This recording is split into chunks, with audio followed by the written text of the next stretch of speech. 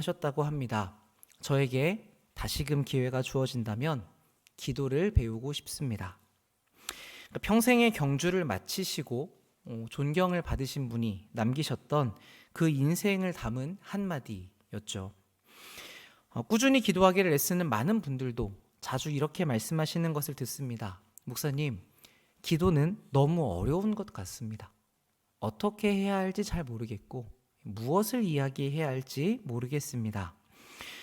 저에게 그렇게 말씀을 하시지만 막상 저도 비슷한 생각을 할 때가 많고 저도 도대체 기도를 뭐라고 해야 하는가 이렇게 많이 고민하는 때가 있습니다.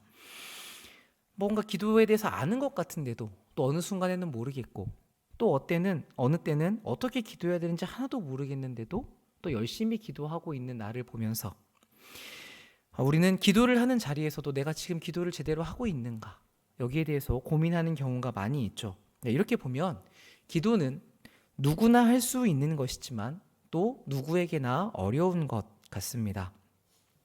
그럼에도 우리가 이 기도의 자리를 찾는 것은 기도를 하면서 또 기도를 배워가기 때문일 것입니다.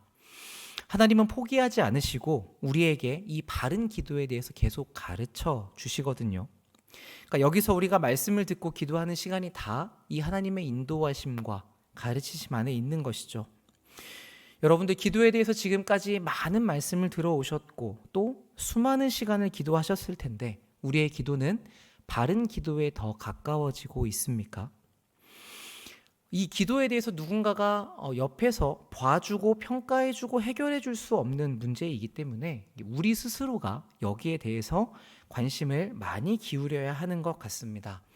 오늘은 우리가 이 느헤미야의 기도를 살펴보면서 그 기도와 나의 기도에 어떠한 차이점이 있는지 그리고 여기에서 우리가 무엇을 더 배워서 어떻게 하면 하나님께서 기뻐하시는 바른 기도에 더 가까워질 수 있을지를 한번 생각해 보고자 합니다. 대부분 여기 계신 분들은 이 느헤미야에 대한 이야기를 알고 계실 것 같은데요. 이 수산이라는 이름을 가진 성에 느헤미야가 살고 있었습니다. 그런데 하루는 그의 형제인 하나니가 유다에서부터 이곳을 찾아왔죠. 그래서 느헤미야가 유다에 살고 있는 사람들은 어떤지 안부를 물었습니다. 그런데 이 형제가 말해준 답변은 참 비참했습니다. 그들이 멸시를 당하고 고통당하고 있었고 예루살렘 성, 하나님의 성은 무너졌으며 성문이 불탔다고 했죠. 이 이야기를 들은 느헤미야는 4절과 같이 반응을 합니다. 내가 이 말을 듣고 앉아서 울고 수일 동안 슬퍼하며 하늘의 하나님 앞에 금식하며 기도하여. 자, 예루살렘에 사는 동포들이 어려운 중에 있었다고 하니까 이 소식을 듣고 기도한 것이 당연하다고 생각할 수 있겠지만 우리는 이 느헤미야가 한 번도 예루살렘을 가본 적이 없었던 사람이었다는 것을 고려해 보아야 합니다. 제가 지도를 하나 준비했는데요.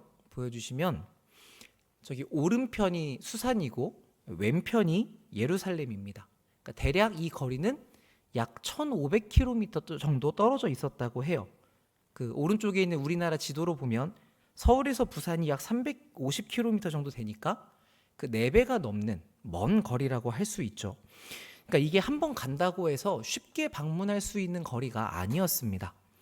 그리고 무엇보다도 이 느헤미야는 포로로 끌려왔던 사람이 아니었습니다. 그러니까 포로로 끌려온 사람들의 후손 2세대였던 것이죠. 그러니까 예루살렘 성이라고 하는 것은 느헤미야에게는 이야기로만 전해 들은 우리 조상이 살던 곳 정도였을 것입니다. 지금은 돌아가셨지만 전에 제가 섬기던 교회에서 이 고양이 이북이신 장로님이 계셨습니다.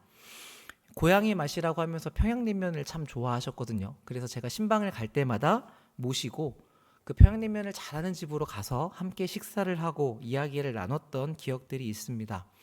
그러면 항상 그 식당을 들어갈 때마다 옆에 걸려있는 그 사진을 보여주시면서 내가 저곳에 살았었다고 거기에 대한 그리움을 그렇게 크게 표현을 하시더라고요. 그러니까 저는 이제 그 말씀을 들으면서 귀 기울여 듣고 공감하려고 하긴 했는데 사실 저는 장로님과 같은 그런 애잔함을 느낄 수는 없었습니다. 왜냐하면 그 이야기들은 제가 가본 적이 없는 땅에서 펼쳐진 제가 경험해 보지 못한 일들이었기 때문입니다.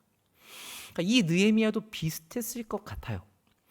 예루살렘이 어떤 곳인지 한 번도 가본 적이 없는 사람, 오히려 이 대제국에서 왕을 마주할 수 있을 정도로 성공했던 이 제국에 더 익숙한 사람이었습니다. 그러니까 만약에 제가 그런 상황에 있었다고 한다면 저는 멀리 떨어져 있는 조상의 고향에 대해서 이렇게까지 신경을 쓰진 않았을 것 같아요. 그런데 이 느헤미야는 놀랍게도 그 땅의 일을 듣고 슬퍼했다고 이야기합니다. 그 이야기를 듣고 나서 잠시만 슬퍼했던 것이 아니라 수일 동안 울고 금식하며 기도할 정도로 마음을 쏟았던 것이죠. 이 장면을 보면서 저는 다른 게 아니라 이 사람이 이런 마음을 품었다는 것 자체가 기적이라고 이야기할 수 있겠다라는 생각이 들었습니다. 그러니까 느헤미야는 하나님과 그 백성들과 마음을 같이 했던 사람인 것이죠. 자, 그런데 이것은 느헤미야에게만 일어난 일이 아니라 오늘날을 사는 우리들에게도 일어나는 기적이라는 생각이 들었습니다. 여러분, 기도의 자리에서 기도하시다 보면 하나님께서 이거를 기도하라고 하시는구나, 나에게 이런 기도를 시키시는구나 싶으신 적이 있으셨을 것입니다. 물론 우리가 그런 마음을 가질 때에만 바른 기도라는 말씀을 드리는 것은 아닙니다. 기도는 호흡이고 쉬지 않고 해야 되는 것이기 때문에 우리가 마음이 들든 들지 않든 기도를 하는 것이 맞습니다. 그런데 어느 때에는 정말 하나님께서 나를 통해서 이 기도를 하라고 하시는구나, 나에게 이 기도를 시키시는구나 싶은 순간이 있는 것이죠. 우리 교회가 지금 중요한 기로에 놓여 있지 않습니까?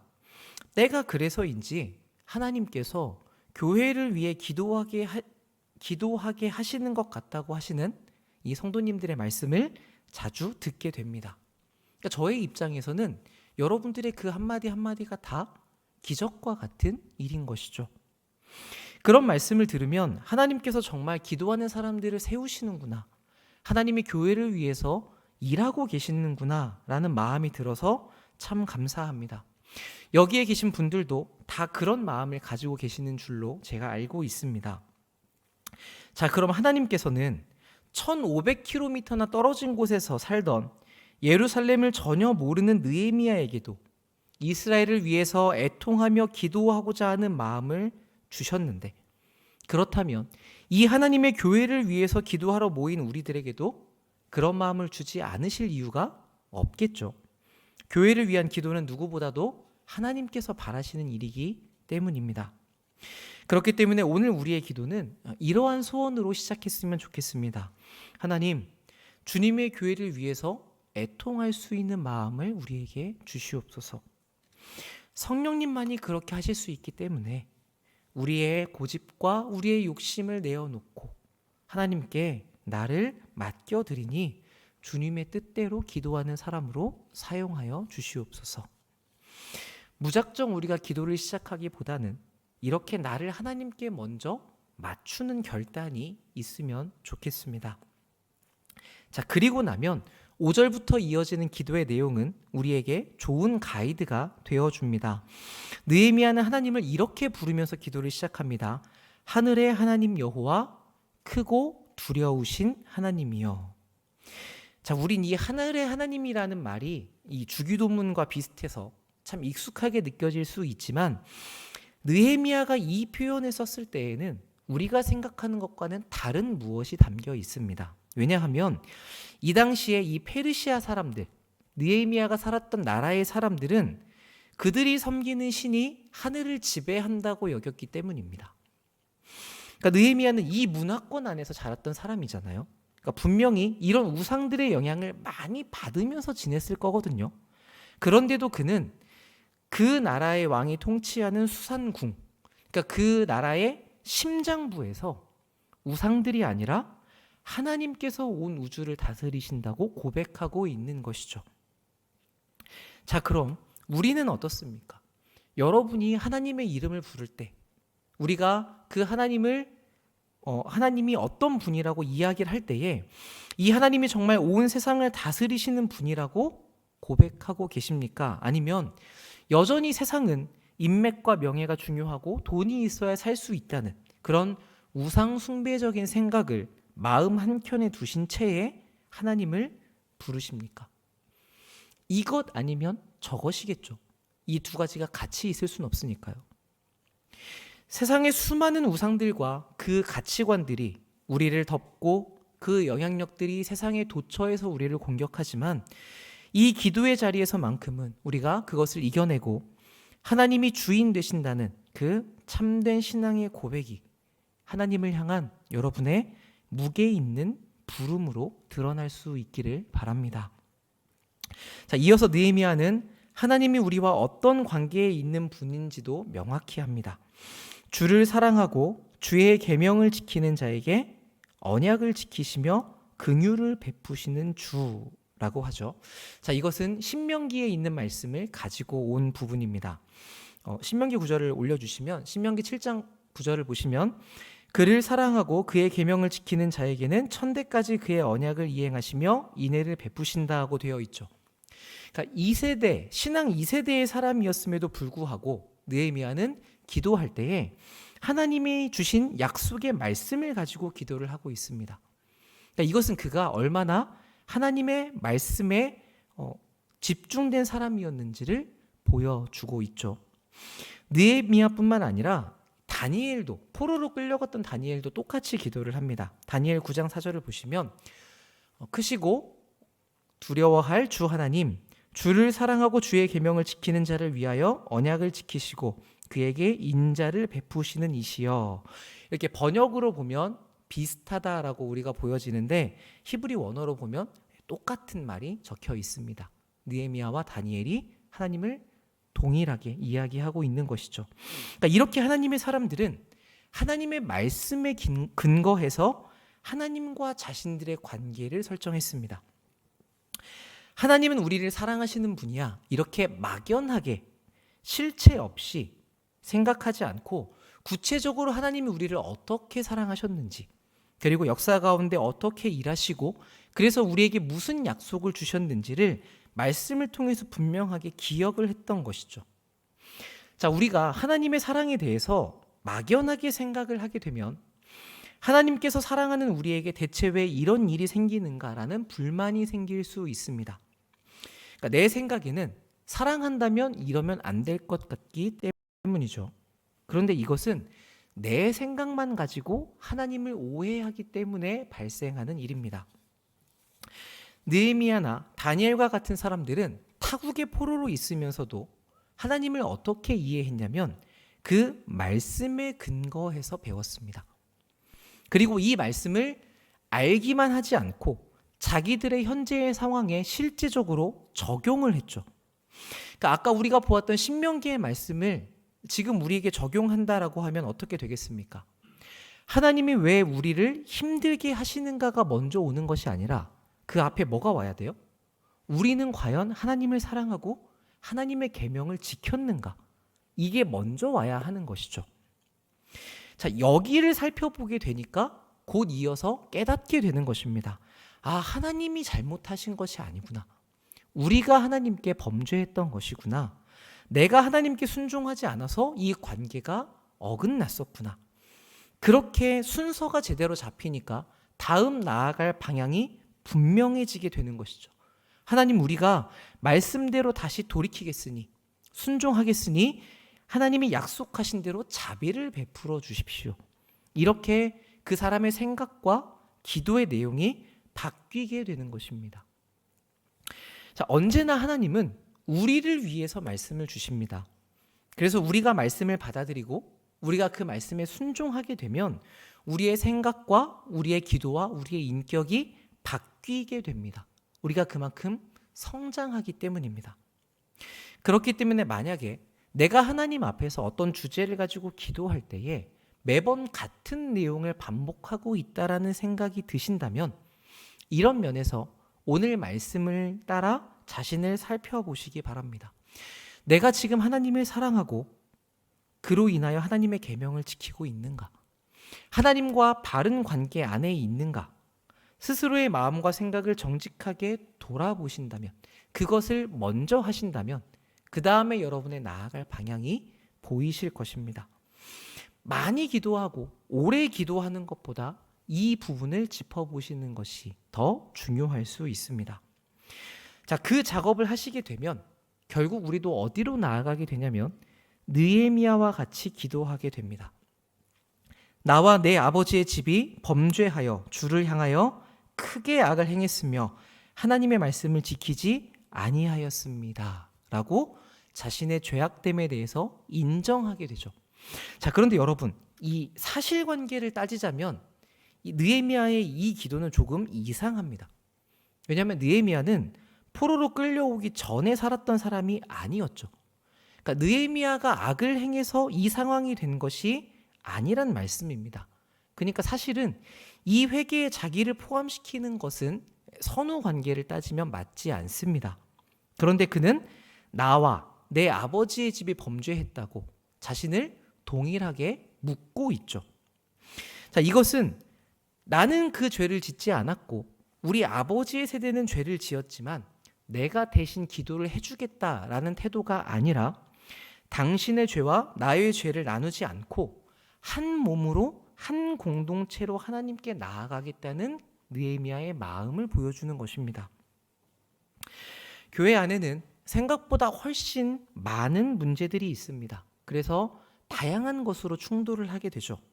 그때에 누군가와 누가 다투거나 충돌하는 모습을 보고 있는 제3자의 사람은 보통은 하나님, 이쪽은 뭔가 이걸 잘못한 것 같고 야, 저쪽은 그걸 좀 받아주면 될 것 같은데 그걸 안 해서 뭔가 잘못하고 있는 것 같습니다. 그러니까 하나님, 이 둘이 잘못하고 있는 것을 용서해 주시고 하나 되게 해 주십시오. 이렇게 기도하기가 쉽거든요. 그런데 제가 보기에 느헤미야라면 그 상황에서 다르게 기도를 했을 것 같습니다. 하나님, 저와 우리 교회가 서로 사랑하라고 하신 말씀에 불순종하는 악을 행했습니다.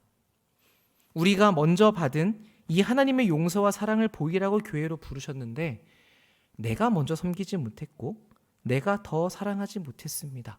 이 부분을 회개하오니 용서하여 주시옵소서. 상대의 잘못과 나의 잘잘못을 뭔가 가리거나 나누지 않고 우리가 한 몸이라는 것을 생각하면서 그의 죄를 나의 죄로 품고 기도했을 것 같습니다. 그러니까 성령님께서 우리에게 이런 공동체적인 마음을 허락해 주셨으면 좋겠습니다. 이 일은 사실 하나님께서 더 바라시는 것이거든요. 하나님께서 그렇게 되기를 원하시는 영역이기 때문에 우리가 이 방향을 알고 우리가 그런 마음을 품고자 순종하려는 노력이 필요합니다. 그렇게 되었을 때 우리는 너와 나를 나누고 상대를 지적하고 나를 방어하기보다는 서로의 부족함을 자기의 것으로 여기면서 내가 너의 죄를 위해서 또 너가 나의 죄를 위해서 기도하는 이 그리스도 안에서의 한 몸됨이 무엇인지를 경험할 수 있을 것입니다. 그리고 그렇게 우리가 하나가 되어서 이런 하나됨으로 자복하는 마음을 품을 때에 그 기도의 자리는 더 이상 누군가를 향한 분노와 울분을 쏟아내는 자리가 아니라 자기에 대해 또 우리에 대해 함께 애통하고 회개하는 자리가 되겠죠. 여기에서 교회를 위한 기도가 한 단계 더 깊어질 수 있게 됩니다. 이 말씀을 준비하면서 어쩌면 지금 우리 교회에는 이러한 기도가 필요하지 않은가라는 생각이 들었습니다. 우리의 마음에 나는 잘했는데 상대방이 잘못해서 문제가 생겼다는 마음이 있다고 한다면 오늘 우리가 본 본문의 말씀과는 좀 다른 길에 서 있는 것이겠죠. 어쩌면 그래서 하나님께서는 우리가 그것을 깨닫고 잘할 수 있도록 기회들을 계속된 시간으로 베풀어 주셨던 것인지도 모릅니다. 여러분, 이스라엘 나라가 왜 망했습니까? 이스라엘 전체가 범죄했고 그것 때문에 하나님께 경고를 받았었지만 자기들은 잘하고 있다고 여겼기 때문에 문제가 되었죠. 하나님께서 오랜 시간 많은 선지자를 보내어서 경고하셨습니다. 거기서 돌이키라고 하셨는데 이 말이 효과가 없었죠. 왜냐하면 이스라엘은 자기들이 잘하고 있다고 생각했기 때문에. 그러니까 이 이스라엘이 가지고 있던 생각은 나라가 망하지 않고서는 도저히 깨어질 수 없을 정도로 견고했었습니다. 그래서 결국 하나님은 이 완고함을 어떻게든 손을 보시려고 자기의 영광이 훼손되는 것까지도 감수하시면서 이 나라가 망하도록 만드셨죠. 그것 때문에 하나님은 얼마나 욕을 먹었습니까? 하나님은 자기 백성도 못 지키는 신이다. 다른 이방 나라의 신이 더 강해서 여호와를 끌고 갔다. 하나님의 영광이 훼손을 당했음에도 불구하고 하나님은 그 피해를 입으시면서까지 자기 백성들을 가르치려고 하셨습니다. 그래서 여러분, 이스라엘 왕국의 멸망은 단순히 이스라엘이 죄를 범해서 잘못해서 망했다 이것만 있는 것이 아닙니다. 그 다음이 포함되어 있는 이야기죠. 나라가 망하니까 이스라엘 사람들이 큰 충격을 받고 그제야 고민하기 시작합니다. 우리가 하나님이 택한 백성이고 하나님이 보호하시는 나라인데 어떻게 망할 수 있는가? 하나님이 왜 우리를 지키고 도우시지 않으셨는가? 도대체 무엇이 문제였는가? 그렇게 포로로 끌려가 있는 70년 동안 하나님에 대해서 질문하고 자신들을 살피면서 그렇게 답을 발견하게 된 것이죠. 그 결과가 무엇이었습니까? 우리의 범죄함 때문이다. 이것을 깨닫고 그 역사를 기록하는 것이 열왕기서이지 않습니까? 그러니까 다니엘, 느헤미야, 에스라 이런 사람들은 다 그 멸망한 과정 가운데 하나님께서 왜 이 일을 행하셨는지, 무엇이 문제였는지를 찾는 그 현장 속에 있었던 사람들이었습니다. 그렇기 때문에 우리는 지금 우리가 직면하고 있는 이 현실을 피하지 마시고 여전히 나는 잘하고 있다고 마음을 굳게 하지도 마시고 하나님 앞에서 부드러운 마음을 구하면서 하나님의 뜻대로 나를 또 우리 공동체를 빚어주시기를 간구하는 유익한 시간으로 사용하실 수 있어야 합니다. 여기에 우리의 마음을 두고 우리가 우리의 죄를 자복하며 기도해야 그 길을 걸어갈 수 있겠죠. 하나님의 약속을 내세우면서 기도하는 것은 그 다음입니다. 느헤미야도 하나님 앞에서 이렇게 자신의 죄를 자복한 후에 자기들과 자기 민족들의 공동체의 죄를 함께 내어놓은 후에 하나님의 약속을 내세우며 기도하고 있죠. 본문 8절과 9절 우리 함께 같이 읽어보도록 하겠습니다. 2절입니다. 옛적에 주께서 주의 종 모세에게 명령하여 이르시되 만일 너희가 범죄하면 내가 너희를 여러 나라 가운데 흩을 것이요 만일 내게로 돌아와 내 계명을 지켜 행하면 너희 쫓긴 자가 하늘 끝에 있을지라도 내가 거기서부터 그들을 모아 내 이름을 두려고 택한 곳에 돌아오게 하리라 하신 말씀을 이제 청하건대 기억하옵소서. 아멘. 여기 2절에서 느헤미야가 한 이야기도 여러분 신명기 30장에 있는 내용입니다. 여전히 하나님의 말씀을 가지고 기억을 하죠. 기도를 하죠. 그는 하나님이 이스라엘과 맺으신 언약 가운데 심판의 내용도 있지만 회복의 양면이 담겨 있다는 것을 잘 알고 있었습니다. 그래서 하나님 이 말씀을 기억하여 주시고 이 약속대로 우리에게 행하여 주십시오라고 구하는 것입니다. 기도에 대한 표현 중에 이런 말이 있습니다. 기도는 하나님이 기억을 회복하시게끔 하는 작업이다. 그러니까 하나님, 주님은 언약을 지키시는 분이시니까 이 약속을 기억하셔야 됩니다. 라고 다시금 이제 말씀드리는 작업이라는 것이죠. 그게 기도라는 이야기입니다. 자, 근데 여러분, 하나님께서 자기가 하신 말씀을 잊으실 리가 있습니까? 절대 그렇지 않잖아요. 그러니까 이것은 표면상 하나님 이렇게 약속하셨으니까 기억해 주십시오 라고는 하지만 사실은 무슨 일이에요? 우리가 기억을 하는 과정입니다. 그동안 하나님의 약속을 잊고 지냈던 우리가 기도하면서 하나님 이렇게 말씀하시지 않았습니까? 라고 하면서 그 언약을 스스로 되새기는 것이죠. 그리고 우리가 그 언약에 합당했는지를 돌아보는 것입니다. 이 하나님의 약속을 기억하는 일은 우리가 구하는 것이 하나님께서 원하시는 것이 맞나를 점검하는데 참 중요합니다. 우리가 어떤 순간에는 내가 원하는 것을 마치 하나님의 뜻인 것처럼 기도할 수 있기 때문이죠. 이 자리에 앉아 계시는 대부분의 분들은 우리 교회의 지금 가장 큰 일, 목사님의 은퇴와 청빙을 위해서 기도하고 계실 것입니다. 자, 그런데 여러분 기도하실 때에 이 은퇴의 일이 어떤 마무리가 되도록 여러분 기도하고 계십니까? 그리고 그렇게 기도하시는 마음 가운데에는 하나님이 보시기에 칭찬할 만한 마음들이 많이 담겨 있으십니까? 이 부분을 우리가 생각해 볼 필요가 있죠. 동시에 또 우리는 어떤 목회자를 달라고 구하고 있습니까? 하나님의 마음에 합한 분을 보내어 주시라고 그렇게 오랫동안 기도하셨던 것을 제가 알고 있습니다. 그런데 여러분, 이 하나님의 마음에 합하다는 것이 무엇일까요?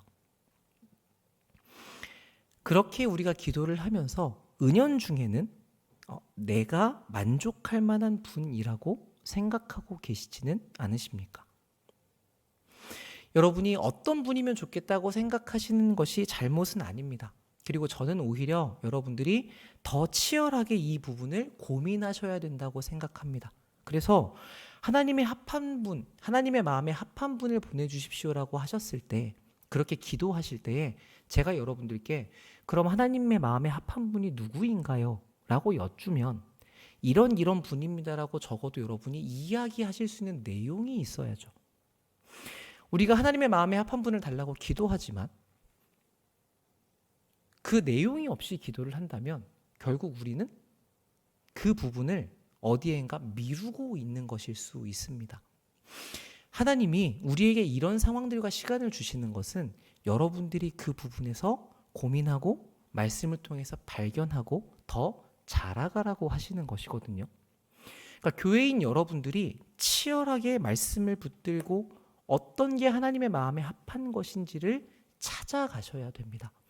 그렇게 여러분 한 분 한 분들이 거기에 대한 답을 발견하시고, 그렇지만 그 답을 서로 이야기하실 때에는 이게 아닐 수 있다라는 마음으로 서로 그 의견을 나누실 수 있어야 되죠. 이렇게 가야 여러분이 자라가고 여러분이 자란 만큼 교회가 자라게 되는데, 그런데 보통 우리의 문제는 무엇이냐면 이게 뒤바뀌어 있다는 겁니다. 합한 분을 뽑아 주십시오라고 기도하지만 정작 그렇게 해서 어떻게 뽑을 것인지에 대해서는 알아서 하시겠지라고 넘겨둡니다. 그리고 무언가 이런 분이어야 해라고 내가 가지고 있는 생각을 이야기할 때에는 마치 그게 답인 것처럼 그것을 주장하기가 쉽죠. 이러니까는 교회가 자꾸 부딪히는 것입니다. 우린 이 작업을 반대로 해야 됩니다. 여러분의 각자의 자리에서 여러분이 하나님의 뜻을 발견하기 위해 치열하게 고민하고 기도하셔야 하고, 그런데 내가 생각한 또 내가 하나님께 받은 내용을 다른 사람들과 나눌 때에는 이게 아니라 저게 맞을 수 있어 라고 의견을 나누시면서 그럼 무엇이 더 하나님의 마음에 합한 일인가, 무엇이 더 말씀에 부합한 기준인가를 찾아보자라고 서로의 의견을 내려놓고 함께 가셔야 하는 것이죠. 이런 모든 작업들이 우리에게 필요한데, 그런데 오늘 제가 말씀드리고 싶은 것은 이 한 가지입니다. 그 모든 노력들보다 이 질문이 우리에게 우선해야 된다는 것입니다. 진짜 하나님께서 원하시는 것은 무엇인가? 그리고 그것이 나의 생각과 다른 것으로 주어졌을 때에도 나는 거기에 순종할 수 있는가? 우리는 이 교회를 주님의 교회라고 이야기하지만 방금 설명드린 것처럼 주님께서 원하시는 것이 무엇인지를 잘 모르는 경우가 많이 있습니다. 그래서 거기에 우리의 기호를 집어넣기가 쉬운 것이죠. 근데 이게 아닐 수도 있다는 말씀입니다. 출애굽 1세대는 하나님께서 직접 일하시는 전쟁을 보았습니다. 홍해 바다가 갈라졌고 애굽의 군대가 전멸했죠. 그런데 가나안과 싸워야 할 때에는 이들이 겁을 먹었습니다. 그러니까 자기들이 직접 부딪히고 성장해야 되는 영역에서도 어쩌면 겁을 먹고 하나님께서 나서서 다 해주시기를 바랐는지도 모릅니다. 그런데 여기에서 이스라엘 1세대의 생각과 하나님의 계획이 달랐죠. 그래서 하나님은 그에 합당한 2세대를 길러내셨습니다. 이스라엘 민족이 더 성장할 수 있도록 그 가르침을 계속 베풀어 오신 거죠. 우리 교회도 이제 50년 동안 신앙생활을 해 오셨을 텐데 거기에 주신 하나님의 은혜도 있고 그러면서 우리가 쌓아온 우리의 생각과 기준들이 있을 겁니다. 자, 그런데 하나님께서 이제 우리에게 우리가 알고 있던 영역 그 이상을 열어주려고 하신다고 한다면 그러면 우리가 어떻게 해야겠습니까? 1세대의 상황에서 머물 것이 아니라 갈렙과 여호수아처럼 우리의 생각을 넘어서 하나님께 순종하기 위해 노력하는 것이 필요하겠죠. 그래서 우리는 하나님께서 우리를 계속해서 하나님께로 이끌어 주시기를 구하면서 끊임없이 나를 바꾸어 가기 위한 노력을 기울여야 하는 것입니다. 하나님은 계속 포기하지 않고 지금 이상의 것을 우리에게 가르치십니다. 그러면서 우리 한 명 한 명이 성장하고 그렇게 이 교회가 성장하도록 인도하십니다. 그러니까 이것을 위해서 우리가 말씀 앞에서 나를 살펴야 하는 것이죠. 그리고 그 인도하심에 순종하기 위해서 모이는 자리가 오늘 이 기도의 자리인 것입니다. 여러분 가지고 있는 기도의 제목들 참 많으시죠? 그 기도의 제목들 가지고 많이 기도하십시오. 다만 그러면서 우리가 하나님이 원하시는 것을 구하고 찾아가는 일에 집중할 수 있으면 좋겠습니다. 말씀으로 나를 살피고 하나님이 주신 약속을 붙잡고 하나님께 간구하고 또 우리 이웃들, 다른 사람들의 죄를 내 것으로 삼아서 한 몸으로 기도하는 일들, 이런 것은 다 여기를 향해서 가야 됩니다. 하나님께 우리의 전심을 드리는 기도, 그래서 하나님의 뜻에 나를 맞추어 가는 기도. 주님, 우리가 그것을 위해서 최선을 다해 바르게 기도하겠습니다. 그러니 우리에게 일하여 주십시오. 주님의 그 도우심을 구하면서 겸손하게 기도하시는 오늘 밤이 되시기를 바랍니다. 제가 기도하겠습니다. 우리의 기도를 들으신 하나님 감사합니다. 우리의 부족한 기도에도 귀 기울이시고 응답하여 주시니 감사합니다. 또한 우리를 그 자리에 그냥 두지 않으시고 우리에게 기도를 가르쳐 주셔서